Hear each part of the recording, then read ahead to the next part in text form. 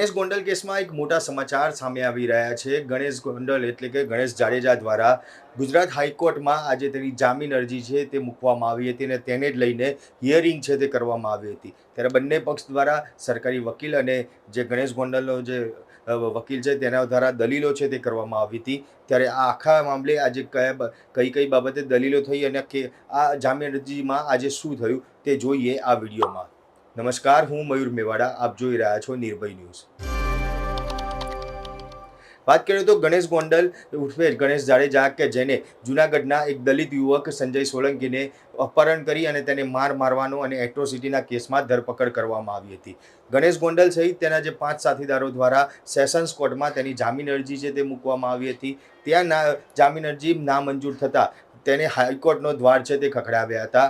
આજે ગણેશ ગોંડલના જે હાઈકોર્ટમાં જામીન છે તે મૂકવામાં આવ્યા હતા અને તેને જ લઈને આજે કોર્ટમાં હિયરિંગ કરવામાં આવ્યું હતું. ત્યારે ગણેશ ગોંડલ કેસમાં હવે વધુ એક તારીખ છે જે પડવામાં આવી છે.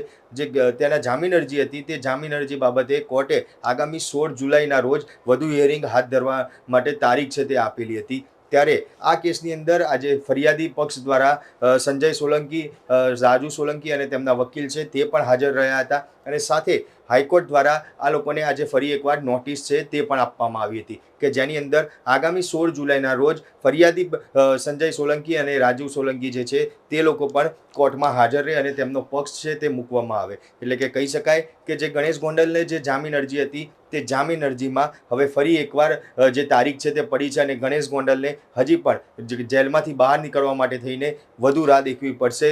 કારણ કે જે પ્રમાણે કોર્ટે આજે જે 16 જુલાઈની તારીખ આપી છે અને ગણેશ ગોંડલને એક આશા હતી કે કોર્ટમાંથી તેને જામીન મળશે, તે આશા ઉપર હવે પાણી ફરી વળ્યું છે અને કોર્ટ દ્વારા પણ તેની વધુ તારીખ છે તે આપવામાં આવી. એટલે કે ગણેશ ગોંડલનો જે જેલવાસ છે તે વધુ લાંબો થાય તેવું જ હવે તો લાગી રહ્યું છે.